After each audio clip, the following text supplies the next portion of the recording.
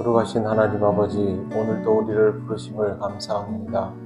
말씀 따라 주님 인도하시는 은혜의 자리로 나아가는 우리들 되게 하옵소서. 예수님 이름으로 기도드립니다. 아멘. 찬송가 320장 하나님께 찬양드립니다.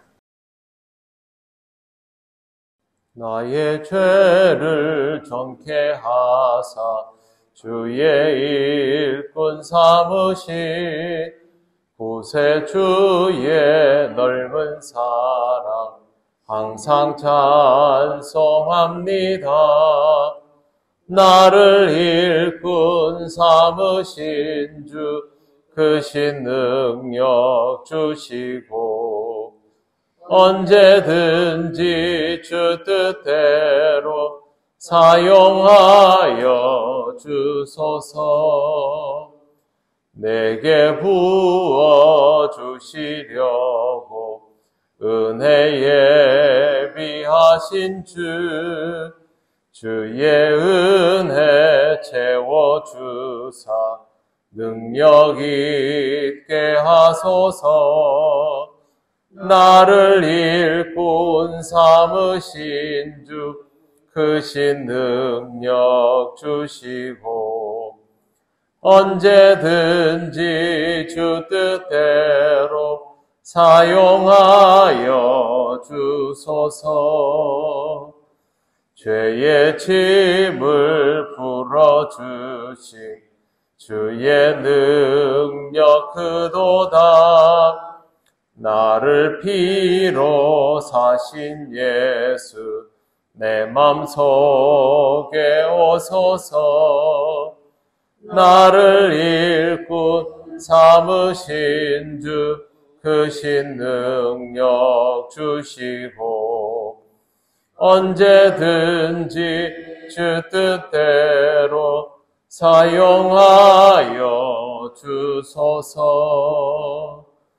주여 내게 성령으로 충만하게 채우사 생명수가 강물처럼 흐르게 하옵소서. 나를 일꾼 삼으신 주 크신 능력 주시고 언제든지 주 뜻대로 사용하여 주소서. 아멘.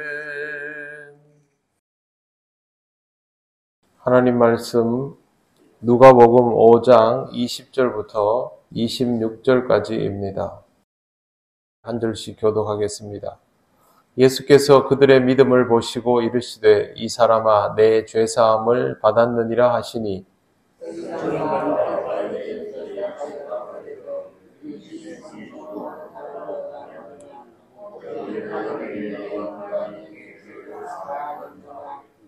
예수께서 그 생각을 아시고 대답하여 이르시되 너희 마음에 무슨 생각을 하느냐?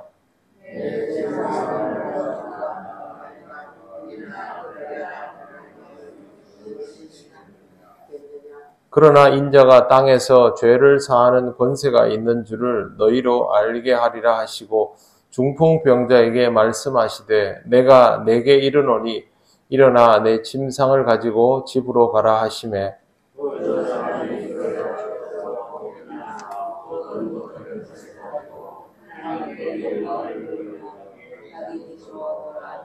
같이 읽겠습니다.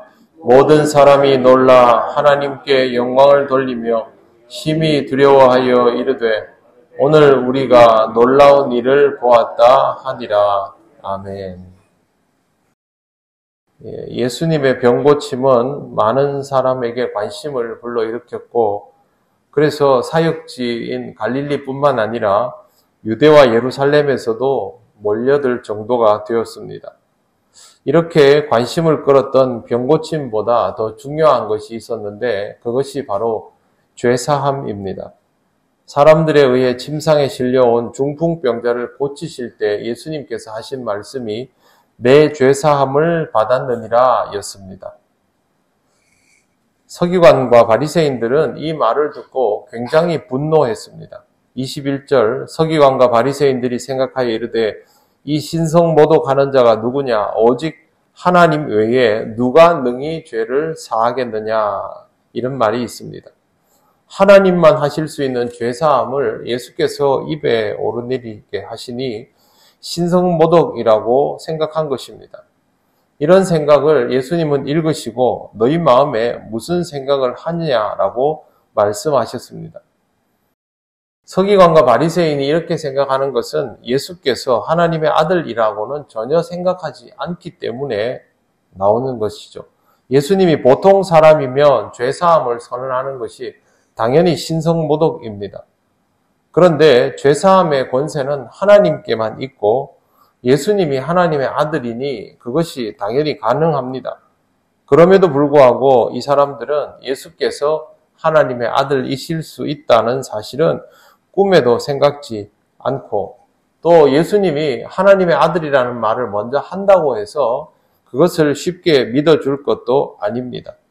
이 상태에서 예수님은 스스로를 드러내시는 방법을 죄사함을 선언하시는 것으로 시작하시는 겁니다. 23절 내 죄사함을 받았느니라 하는 말과 일어나 걸어가라 하는 말이 어느 것이 쉽겠느냐.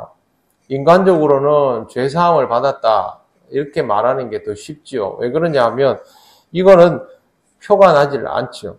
일어나 걸어가라 하는 말은 중풍병자가 바로 일어나서 걸어가야 일이 되기 때문에 인간적으로는 이게 더 어렵습니다. 그런데 신앙적으로 보면 죄사함을 받았느니라 라는 말은 함부로 할 수 없는 말이죠. 이 말을 한다는 것은 거짓말을 하거나 아니면 정말 그럴 권세가 있거나 둘 중에 하나인데 문제는 예수님께서 기적을 베풀어 오셨다는 데에 있습니다. 기적을 늘 베풀어 오신 분이 일어나 걸어라 라고 하는 말이 쉽겠습니까? 죄사함을 받으라 하는 말이 쉽겠습니까? 기적을 베푼 분에게는 일어나 걸어라 하는 말이 그렇게 어려운 말이 될 수 없습니다. 이미 다른 지역에서 계속 기적을 행했는 걸 사람들이 봤기 때문에 저렇게 하면 또 되겠지라고 받아들이고 와 있는 사람들 아닙니까? 그런데 예수님은 예수님에게는 더 쉬울 수 있는 일어나 걸으라를 선택하지 않고 굳이 죄사함을 받았느니라를 선택합니다. 이것은 사람들에게 예수님께서 어떤 정체성을 가지신 분인가라는 것을 드러내려고 의도적으로 하는 일입니다. 위험천만한 일이죠. 이것 때문에 지금 서기관과 바리새인들이 분노하지 않습니까? 그럼에도 불구하고 예수께서 이 말씀을 하시는 이유는 이게 더 중요한 일이라서 그렇습니다. 24절 그러나 인자가 땅에서 죄를 사하는 권세가 있는 줄을 너희로 알게 하리라 하시고 병고침의 목적이 아니라 죄사함이 목적이다. 이것을 말씀하여 주시는 것입니다. 그 다음에 24절 마지막에 보시면 중풍병자에게 말씀하시되 내가 네게 이르노니 일어나 내 침상을 가지고 집으로 가라 하시매 주님은 병자의 병을 고쳐 주셨습니다. 그리고 이 병자는 25절을 보면 예수님의 말씀을 그대로 따르고 있습니다. 자기가 누웠던 것을 직접 들고 그렇게 가면서 하나님께 영광을 돌렸다라고 성경이 기록하고 있습니다. 하나님만 하실 수 있는 죄사함을 먼저 선언을 해놓고 그 다음에 이 사람의 인생의 가장 심각한 문제를 해결해 주시니까 이 사람은 이것을 명백한 하나님의 임재로 받아들였던 것입니다.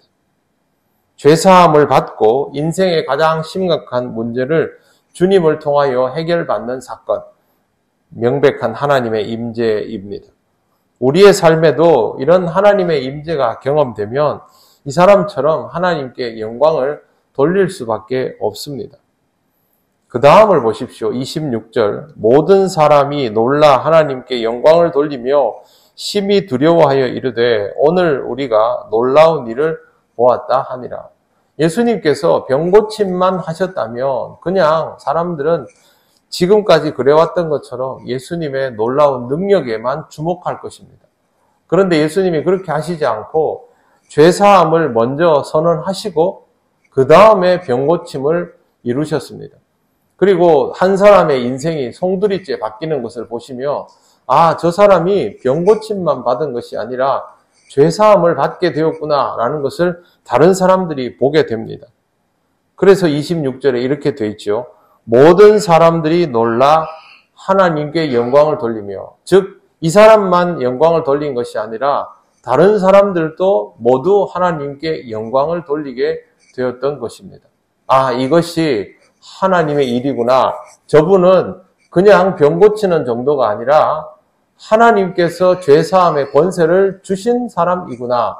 그렇게 이제 우선 받아들이게 된 것입니다. 이래서 하나님의 아들 예수 그리스도가 사람들에게 드러나게 되었습니다. 이런 주님을 우리가 믿고 주님을 통하여 죄사함을 받고 새로운 인생을 살아가고 있습니다. 우리도 함께 같은 마음으로 하나님의 은혜를 체험하고 하나님께 영광을 돌리며 살아가고 있는 것입니다. 우리와 함께 하시는 분이 어떤 분인가? 우리 죄를 사하시고 우리의 인생을 바꾸어 놓은 분이다라는 사실을 항상 기억하면서 오늘도 하나님께 영광 돌리는 삶을 살아가시기를 바랍니다. 기도드리겠습니다. 하나님 은혜를 감사합니다.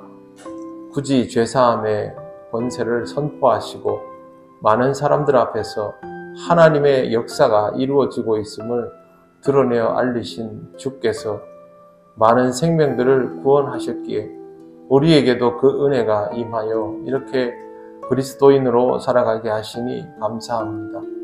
우리의 삶 속에 이와 같은 일이 일어남을 경험하였사오니 우리가 함께 하나님께 영광을 돌리며 우리의 구주가 되시는 예수 그리스도를 더욱 믿고 따르는 삶이 되게 하옵소서.